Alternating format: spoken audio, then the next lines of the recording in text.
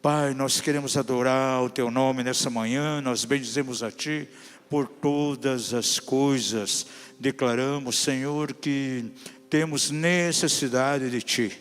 E que uma vez mais a Tua palavra venha realmente nos ministrar e impactar os nossos corações.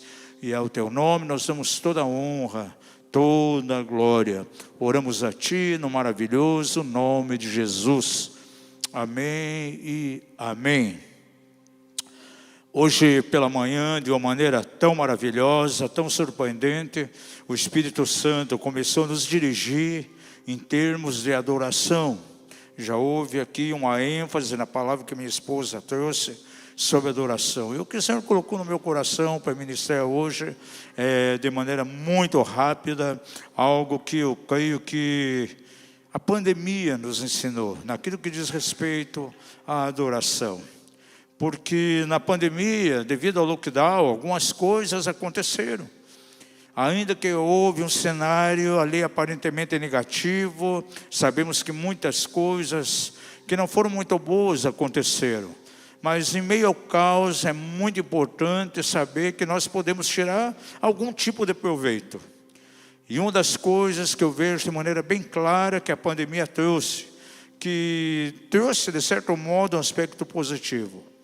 Durante o lockdown, muitas famílias, devido ao trabalho de home office, estiveram então dentro das suas casas e marido, esposa, filhos junto. Então o home office então ajudou muito nesse sentido. E muitas famílias começaram a se reunir. E uma das coisas muito importantes que aconteceu pela primeira vez em toda a história da humanidade, a Páscoa aqui no Ocidente, constantemente foi na mesma época do Oriente. E principalmente Israel, que é um país muito turístico, e durante a época de Páscoa, uma festa muito grande, as ruas ficam cheias, e pela primeira vez com o lockdown, onde estavam as famílias? Dentro das suas casas, sem poder sair, meditando na palavra, adorando a Deus. E uma das coisas que aconteceu na pandemia, muitos cristãos foram levados a uma experiência mais profunda no campo da adoração. E uma das coisas que eu entendi durante a pandemia, que nós como cristãos precisamos de algumas coisas em nossa direção. Alguns valores, e esses valores só vêm a nós através de uma vida de adoração diante do Senhor. Comecei a entender melhor o que é a adoração em três dimensões. A adoração tridimensional. Nós conhecemos a questão da triunidade de Deus, Pai, Filho, Espírito Santo, por mais que há uma igualdade, mas são três pessoas distintas. E todas as três pessoas da triunidade merecem ser adoradas. Deus, o Pai, precisamos adorá-lo de maneira profunda. Adorar Jesus, o Filho de Deus, e dar uma adoração ao Espírito Santo. E eu entendi perfeitamente isso durante a pandemia. E se nós adoramos o Pai, o Filho e o Espírito Santo, existem alguns valores que vêm em nossa direção. Três coisas que nós possamos experimentar de maneira profunda. Nós estamos acostumados muitas vezes a ouvir mensagens, ensinos, que Deus é digno da nossa adoração. E é verdade. Diga ao seu vizinho, Deus é digno da tua adoração. O Senhor merece toda a nossa adoração. Mas você sabia que Deus não necessita da nossa adoração? Nós adoramos porque o Senhor merece. Agora, nós vamos alcançar algo que vem através da nossa adoração a Ele. E eu reconheço que quem precisa verdadeiramente adorar, somos nós. Porque é algo que experimentamos em Deus, que só vem por meio da adoração. O Senhor é o Todo-Poderoso, Onipotente, está sentado no seu trono. E o evangelista João viu de maneira bem clara os céus abertos, o Senhor no seu trono, digno de toda adoração, aquele que merece toda adoração. Mas a adoração que nós levantamos aqui, a adoração que a igreja, a noiva levanta, não vai fazer de Deus um ser mais poderoso. O Senhor não é alguém que espera receber da igreja aqui na terra, da sua esposa, um nível tão alto de adoração, que vai fazer ele ser mais Deus do que ele é. Puxa, aquele povo está me adorando, isso me faz bem, me sinto mais poderoso. Nosso Deus não tem uma autoestima baixa. Ele não precisa que uma adoração seja levantada para elevar a autoestima dele, porque é o Todo-Poderoso. Agora, quando nós realmente adoramos a Deus, há algo que vem em nossa direção. A paternidade de Deus nós conhecemos através do caminho que é aberto através da adoração. Então, quando eu ministro ao Pai, Ele ministra sobre a minha vida o seu coração paternal. Diga ao seu vizinho, só pode experimentar o impacto da paternidade de Deus aqueles que o adoram. É adoração ao Pai. E é Deus Pai que estabelece sim a nossa identidade. Veja, quando você medita em João capítulo 4, você vê Jesus falando com aquela mulher samaritana. E ele começa a discorrer muito sobre a adoração. Agora, qual a pessoa que está em questão ali naquele diálogo? Jesus fala acerca do Pai. E de maneira clara e declara. O Pai procura os verdadeiros adoradores que o adoram em espírito e verdade. Veja que Jesus coloca a figura de Deus ali como Pai. Diga ao seu vizinho, a tua adoração a Deus Pai traz a você a revelação da paternidade de Deus. E é isso que nos dá segurança e identidade. Um dos grandes problemas da samaritana era o problema de identidade. Veja que a palavra de Deus diz que ela conviveu com 5 maridos, 5 casamentos destruídos. Nós ministramos pessoas com um casamento arrebentado, imagine 5. E o homem que estava com ela naquele momento não era o seu esposo. Agora, quando Jesus começa a tratar dessa situação, veja que em nenhum momento ele trouxe alguma coisa com relação a esse tipo de relacionamento que ela tinha. O grande problema é que aquela mulher tinha uma sede muito profunda, uma sede de identidade. Por isso ela procurou em muitas coisas. Com certeza aquilo que não recebeu dentro da tua casa, procurou em 5 homens que simplesmente acentuaram ainda mais o problema. E agora estava num relacionamento que nem casamento era.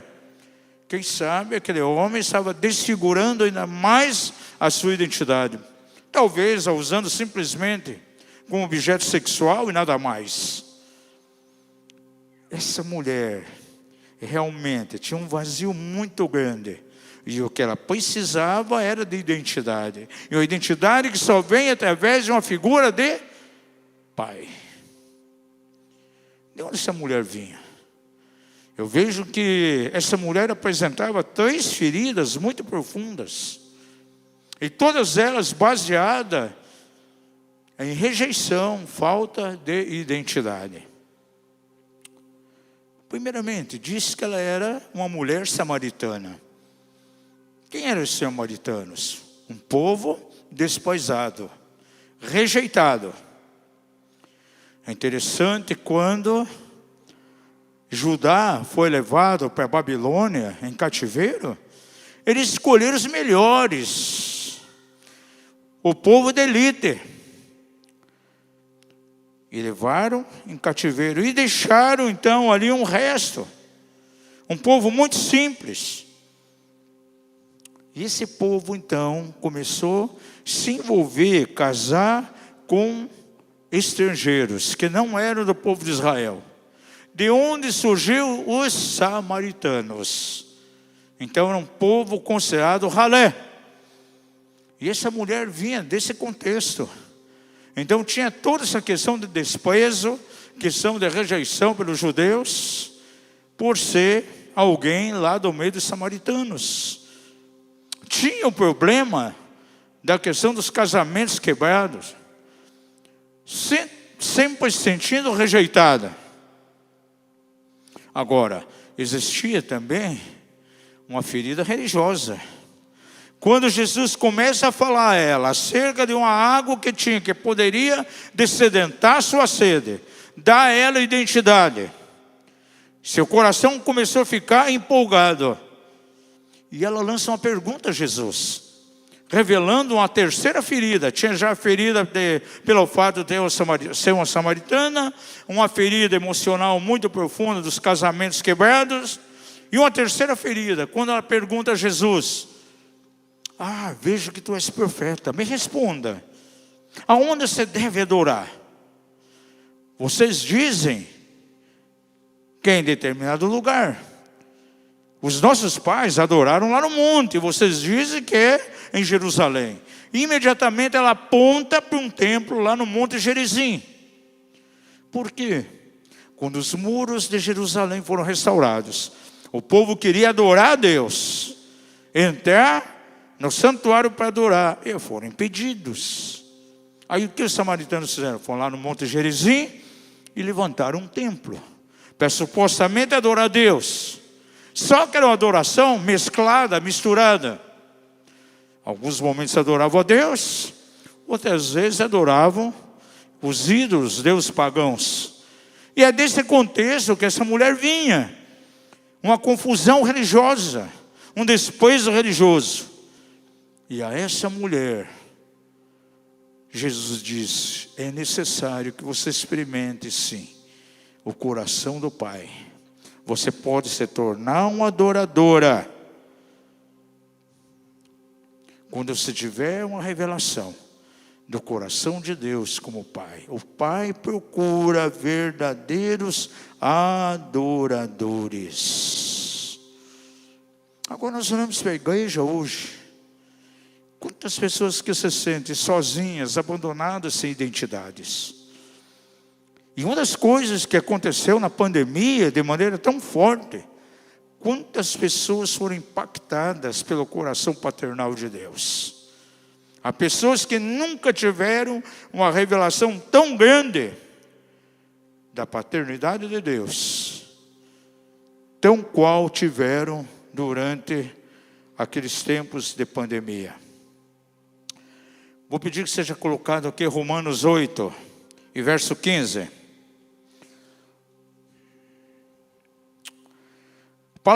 A palavra diz assim: porque não recebeste o espírito de escravidão, para outra vez estar com temor, mas recebeste o espírito de adoção, pelo qual clamamos: Papai. Quando nós temos a revelação de Deus como Pai, temos identidade, temos aprovação, temos um senso de destino, saberemos para onde estamos caminhando. Hoje há muitas pessoas escravizadas. Falando agora sobre a paternidade de Deus, segunda-feira, agora que passou, quantas pessoas com o coração órfão. O grande problema da igreja hoje tem sido o espírito de orfandade. São pessoas que entendem que é um Deus poderoso, um Deus que pode todas as coisas, um Deus que sustenta toda a humanidade, a criação, pela palavra do seu poder, mas não consegue experimentar um Deus que é Pai, um Deus amoroso. Nós possamos receber o impacto de Deus como Abba Pai. Pergunta ao seu vizinho, você sabe o que significa Abba Pai? É um termo carinhoso. Papai, paizinho. Papito, como fala los hermanos castelhanos. E papai, paizinho, é muito mais que um simples progenitor. É alguém que realmente se identifica, alguém que dá identidade, alguém que protege acima de todas as coisas, é alguém que dá segurança, é alguém que estabelece destino. Agora, essas coisas vêm a nós quando eu tenho, na verdade, uma consciência de que preciso ser um adorador e adorar o Pai. Como tem sido a tua adoração? Há muitas coisas que vêm para roubar a adoração que nós devemos dar a Ele, como há pouco aqui. Realmente eu vi no meu espírito pessoas distraídas. E como a distração rouba aquela adoração que você tem que dar ao Pai. Será que na tua casa se separa alguns momentos para adorar o Senhor? Mas dentro dessa base, vendo o Senhor no seu trono todo-poderoso, entendendo que Ele não precisa da tua adoração. Quem necessita adorar somos nós. Diga comigo, Deus não necessita da minha adoração. Ele merece a minha adoração. Agora, eu necessito adorar. Porque quando eu adoro, tenho revelação da sua paternidade. E paternidade é importante para nós, como filhos de Deus. Porque vai estabelecer destino. Nós vamos entender para onde nós estamos caminhando. Veja que Jesus, Ele queria levar aquela mulher a um relacionamento com Deus, como Pai. E aí estava posicionada a verdadeira adoração. Lá em João capítulo 14, Jesus, Ele fala algo muito claro. Ele diz assim, eu sou o caminho, a verdade e a vida. Ele não para aí. Ele vai mais além. Ninguém vai ao Pai senão por mim. Se ele falasse simplesmente, eu sou o caminho, a verdade e a vida, ponto, a coisa seria incompleta. Porque uma das suas funções foi vir para revelar o Pai, para levar eu e você a um relacionamento de adoração com Deus como Pai. Você viu que algumas pessoas até, quando tem sérios problemas de paternidade, não passaram por uma ministração profunda, essa pessoa tem até dificuldade na oração de mencionar o nome de Deus como Pai, sempre direciona a quem? Ao Filho, e não ao Pai. O coração paternal de Deus, ele vem em nossa direção, somos ministrados de maneira tão tremenda, mediante a nossa adoração. Agora, nessa adoração tridimensional, eu tenho que adorar o Filho também. Adorar a Jesus. Agora, será que Jesus precisa da minha adoração? Quando eu adoro, será que Jesus ele vai se sentir mais santo do que Ele é? Será que Jesus é um noivo que tem autoestima baixa? Puxa, ai, como aquela noiva, como aquela igreja me ama. Ai, que adoração linda. Estou tão emocionado por aquela adoração que está subindo. Jesus não precisa disso, gente. Sabe quem precisa adorar Jesus? Eu e você. Ele é digno, Ele merece sim a nossa adoração. Mas Ele não precisa dela. Porque Jesus já é o Filho de Deus, o Todo-Poderoso. Agora, quando eu adoro Jesus, há um valor que vem sobre mim de maneira muito forte. A sua autoridade é revelada em minha direção. Segunda coisa que o povo de Deus precisa experimentar: primeiro, a paternidade de Deus. Segundo lugar, a autoridade que há em Cristo Jesus. E quando se adora o Filho, aleluia, a autoridade virá sobre você. Coloque lá Atos 2, verso 33. Esse versículo diz assim: de sorte que, exaltado pela destra de Deus, e tendo recebido do Pai a promessa do Espírito Santo, derramou isso que vós agora vedes e ouvis. Diz aqui que Jesus foi exaltado pela destra de Deus. O que significa estar à destra? Que lado que é a destra? Direita ou esquerda? Que lado que é a destra? Direita ou esquerda? Aleluia. E aonde que está Jesus? À direita do Pai. Por isso que direita é um senso de poder, de potência. Nós usamos o termo, puxa, aquele ali é o meu braço direito. Ou seja, o braço forte, aquele que auxilia, aquele que ajuda. Agora, Jesus foi colocado aonde? À direita de Deus, do Pai. E quando eu adoro Jesus, essa autoridade que ela recebeu do Pai é revelada em minha direção. Eu começo a exercer autoridade. A minha oração vai ser uma oração com autoridade. Porque muitas vezes algumas coisas começam a suceder. Quem sabe o inimigo começa a prevalecer em algumas áreas. Há momentos que parece que as portas estão fechadas. De repente a pessoa entra até num tempo de oração de guerra, num tempo de jejum. Parece que as coisas não deslancham. É bem provável que esse cristão está faltando algo. Está faltando autoridade. Diga comigo, a minha oração tem que ser uma oração com autoridade. O jejum que traz rompimento, que quebra cadeias, é um jejum com autoridade. Agora, como eu posso crescer em autoridade? Fazendo seminário de guerra espiritual? Viajando lá, fazendo uma escola de guerra espiritual? Não. Quanto mais eu adoro Jesus, o Filho de Deus, mais eu posso experimentar da sua autoridade.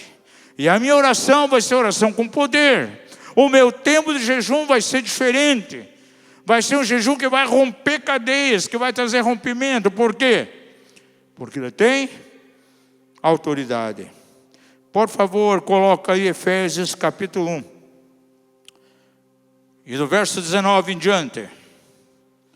Ouça isso. E qual a suprema grandeza do seu poder para conosco, nós os que cremos, segundo a operação da força do seu poder, que operou em Cristo, fazendo o quê? Ressuscitando dentre os mortos, e fazendo sentar-se à sua direita nos céus. Aonde? Muito acima de todo o principado. Então, quando você adora Jesus, você está adorando aquele que está bem acima. Diga isso, bem acima. Muito acima do que? De todo o principado, de toda autoridade, de todo poder, de todo domínio. E de todo nome que se nomeia, não só neste século, mas também no vindouro. Agora veja aqui. E sujeitou todas as coisas debaixo de seus pés, para ser cabeça sobre todas as coisas. Deu a quem? A igreja. Então veja, o texto está colocando diante de nós que Jesus é a máxima autoridade. E quando eu adoro a máxima autoridade, esse poder vem em minha direção, é ministrado em minha direção. E eu vou ter autoridade. Eu posso ver no livro de Filipenses, Jesus em 2 tempos, em 2 estágios. Nós temos um grande problema, sabe por que muitas vezes não conseguimos mover em autoridade? Porque nós temos uma visão limitada acerca de Jesus. É impressionante quando você estuda o livro do Apocalipse. João teve uma visão. Ele viu um cordeiro, aquele que foi imolado. Viu Jesus como cordeiro, mas ele viu algo mais. Ele viu Jesus como leão. E Apocalipse revela Jesus como leão. Agora, qual a tua visão acerca de Jesus? Você está orando para Jesus, tendo visão de Jesus como sendo um cordeiro, simplesmente um cordeiro, ou como leão? Filipenses 2 coloca diante de nós 2 estágios. Coloca aí Filipenses 2, de 7 a 8. Aqui Jesus está como cordeiro. O que aconteceu com ele? Esvaziou-se a si mesmo, tomando a forma de servo, tornando-se semelhante aos homens, e achado na forma de homem, humilhou-se a si mesmo, tornando-se obediente até a morte, e morte de cruz. Como um cordeiro, ele foi levado mudo diante dos seus tosqueadores. Mas guarde algo no teu coração. Ele não permaneceu dessa maneira. Porque quando você vai para o verso 9 e 10, você vai ver outra dimensão. Diz assim: pelo que, ou seja, assim que também Deus o exaltou soberanamente, e lhe deu um nome que é sobre todo nome, porque ao nome de Jesus se dobra todo o joelho dos que estão nos céus, na terra e debaixo da terra. Quando você adora o Filho, você tem acesso a essa autoridade. Autoridade o quê? De leão. Pergunta ao seu vizinho: você quer orar como cordeiro ou quer orar como leão?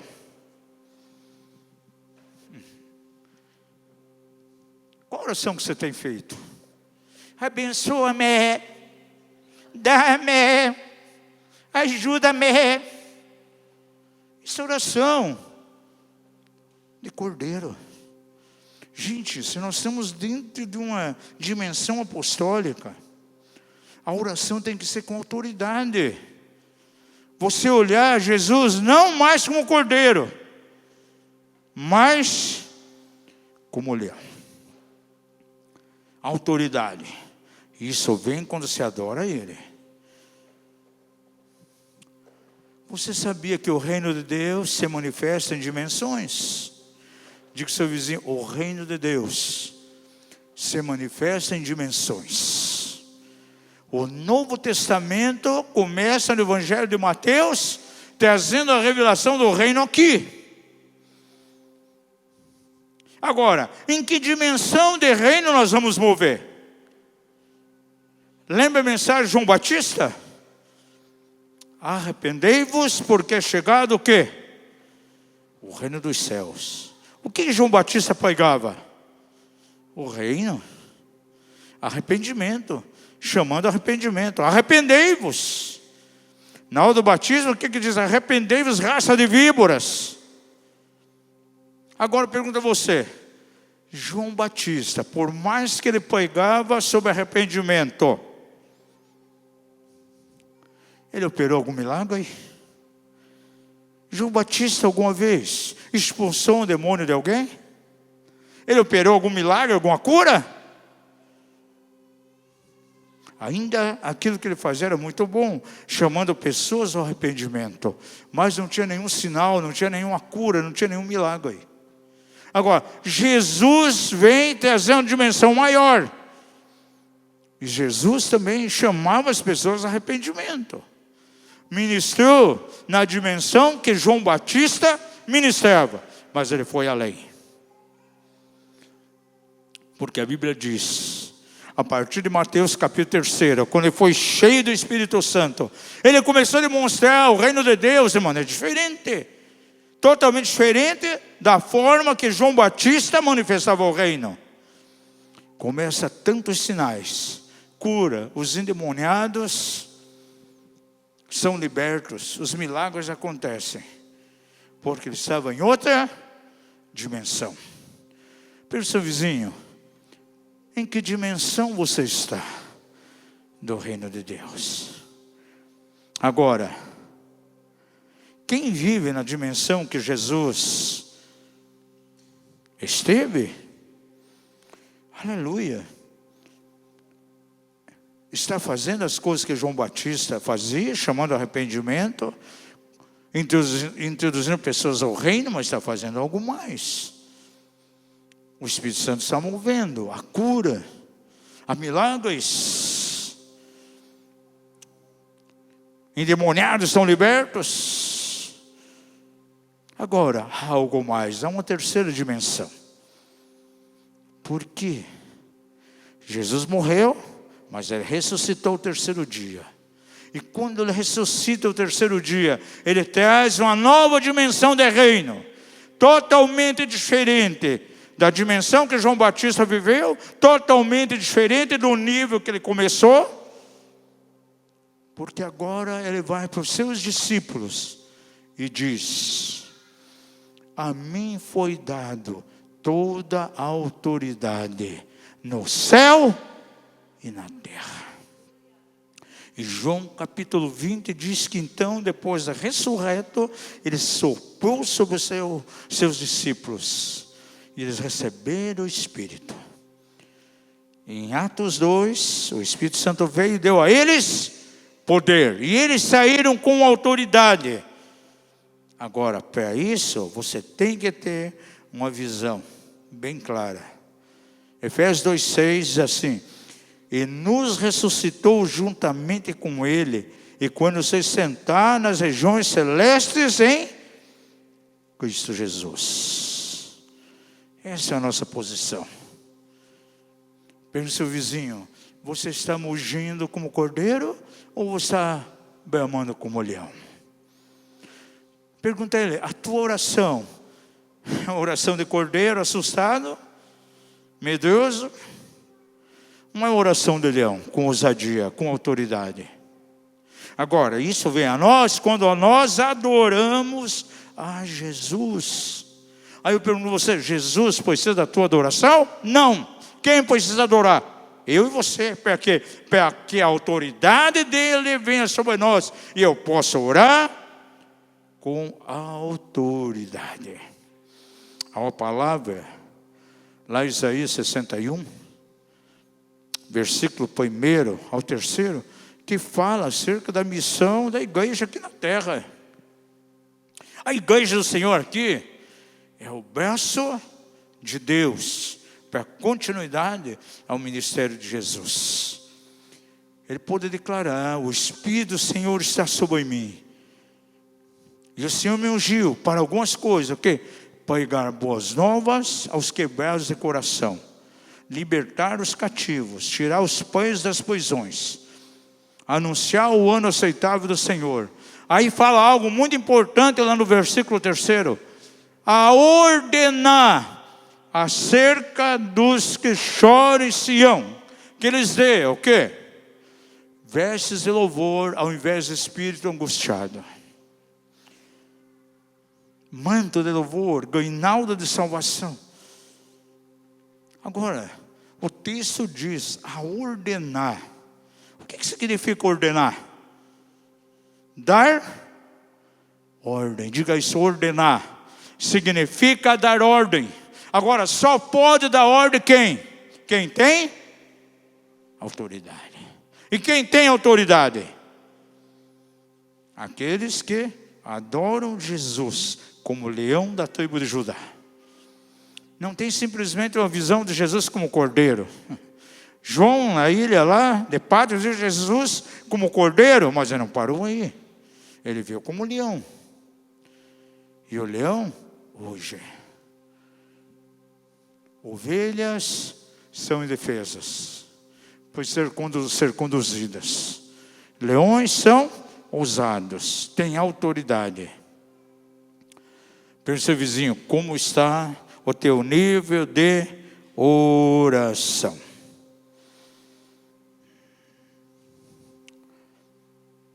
Pergunta, a tua oração é de cordeiro ou é de leão? Quanto mais eu adoro a Jesus, mais eu me identifico com Ele, com o Filho.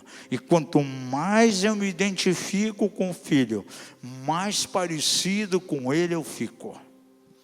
Por isso em Provérbios é assim, quanto mais nós olhamos para o leão, mais nós vamos tornando ousados como ele é. Você tem olhado para o leão da tribo de Judá? A adoração vai muito além do que simplesmente colocar canções diante de Deus.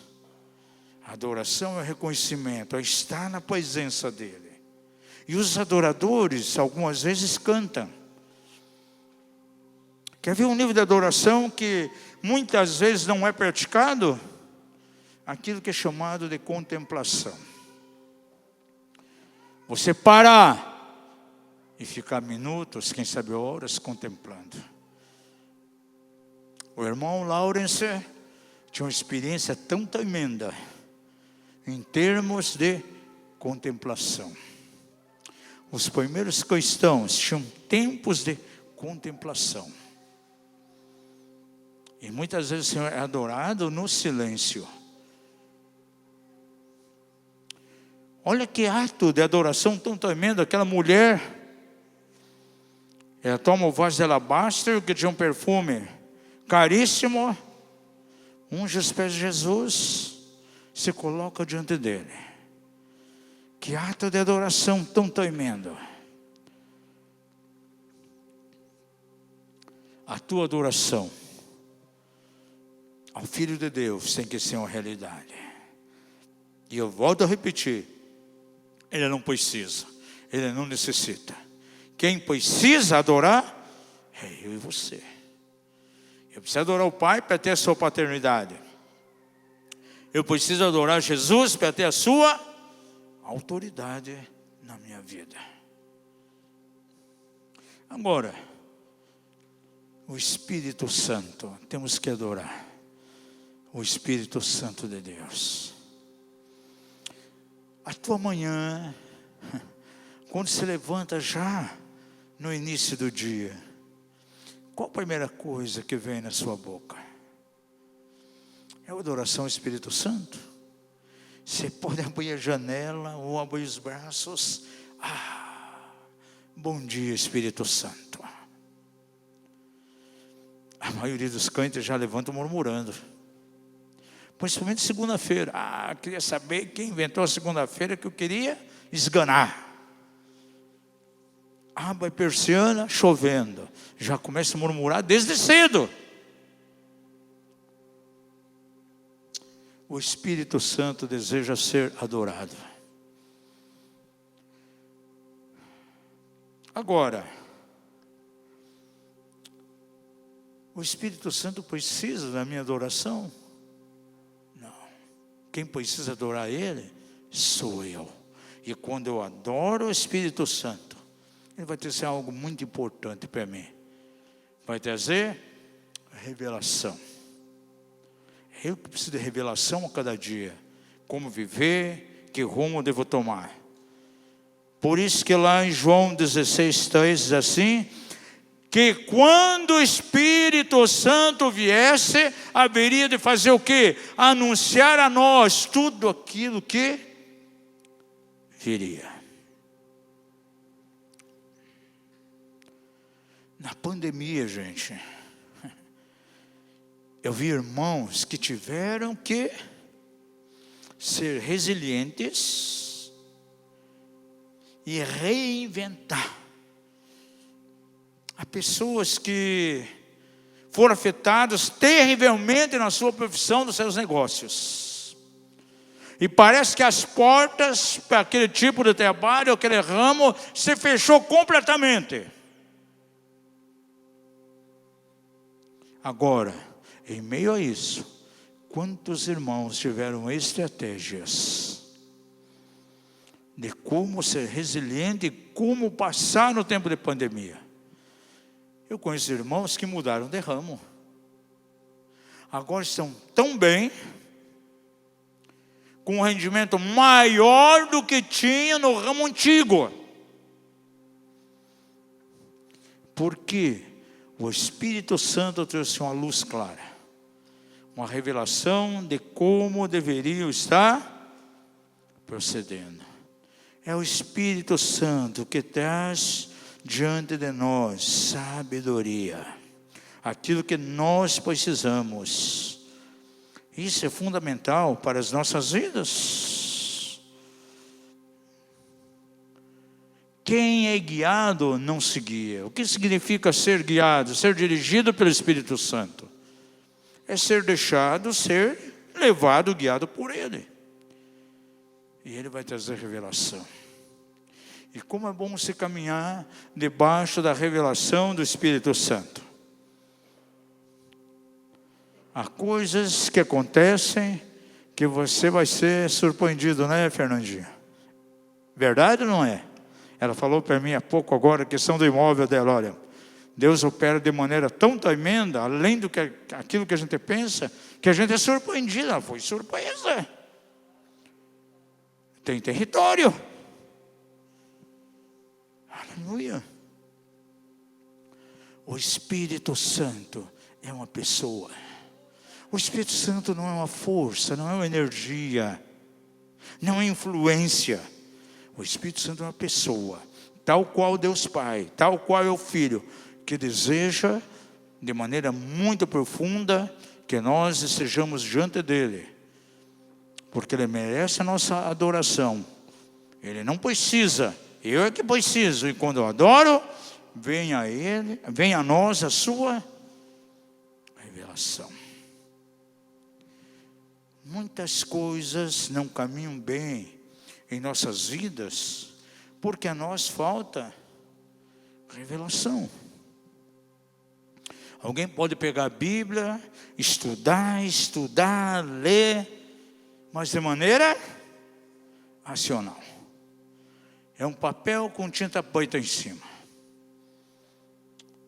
Agora, quando essa escritura se abre diante de nós, vem a revelação, o Senhor nos dá chaves espirituais.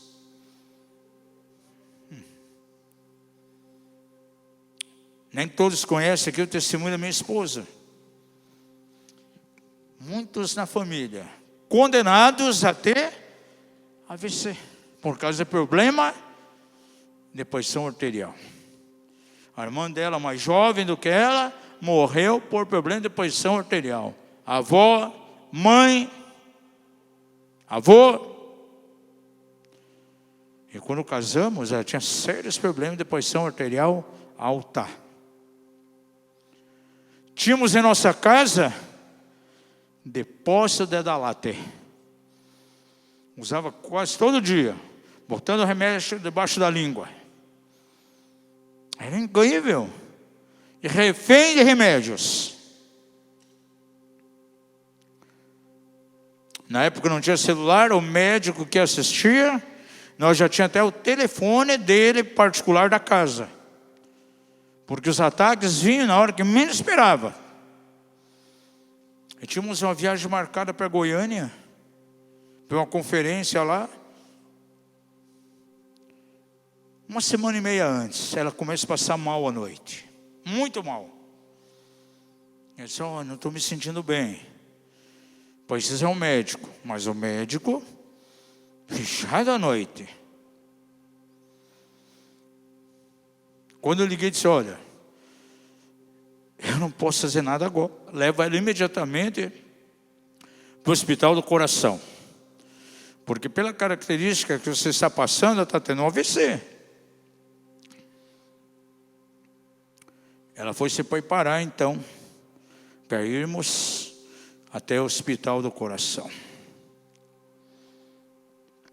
Quando ele está no chuveiro, uma das pernas começa a paralisar. E ele olha no espelho, começa a deformar um pouco um lado do rosto. Estava começando o AVC. Só que naquele momento, como um insight, as palavras lá de Gálatas, capítulo 3, saiu da Bíblia e entrou para dentro do espírito dela. Jesus lá na cruz levou toda a maldição da lei para que sejamos abençoados. Puxa, na minha família tem gente que morreu por causa da AVC, mas comigo não vai acontecer isso. E ela resistiu. Aquele quadro ali estancou. E não aconteceu nada. Levamos para o hospital, o médico disse, olha, as reações que ela teve, sintomas foram muito fortes. Com certeza ficou sequelas. Vou marcar aqui, faz já o mais rápido possível 2 exames. Uma ressonância magnética e uma tomografia por computador. Fizemos aquela semana os 2 exames. Quando veio o resultado, nenhuma sequela. Até o dia de hoje, nunca mais precisou ficar tomando remédio da LAT. E está aí. Viajando para lá e para cá. Quem tem que ficar com sequela é Satanás. Agora veja. A revelação deu a ela algo. Deu a ela autoridade. E a palavra de Deus naquele momento se descortinou diante dela. É assim que a revelação da palavra faz com que chaves espirituais venham em nossa direção. E nós podemos trazer o reino de Deus para a nossa realidade aqui e agora. O reino de Deus é demonstrativo. Diga se você o reino de Deus é demonstrativo. Aleluia. Jesus pagou o reino com demonstração. Gente, eu não quero estar viajando por aí, ensinando sobre guerra espiritual, ensinando sobre expulsão de demônios, ensinando sobre libertação. Eu não quero isso. O que eu quero é viajar por aí libertando pessoas. O que eu quero fazer é viajar por aí confrontando caças de demônios, como tivemos agora, né? Reuniões onde pessoas se jogando no chão, goitando, endemoniado, mas sendo liberto. Cadeias opressivas de anos sobre a vida das pessoas. Pessoas enfermas, doentes. Na segunda-feira, à noite, na terça-noite, quantas pessoas com depressão, pessoas com problema de surdez, problemas de saúde, os mais terríveis, pessoas sendo alcançadas, sendo curadas. O povo de Deus, muitas vezes sofrido, gente. Jesus diz aqui, Atos 10:38, ele andou por todas as partes, pregando o reino de Deus e curando a todos os oprimidos do diabo. Não diz que eram alguns, eram todos. De que adianta eu vim aqui fazer um estudo tão lindo sobre o reino de Deus, um reino de poder, e até um endemoniado ir embora com o demônio, tal qual ele entrou.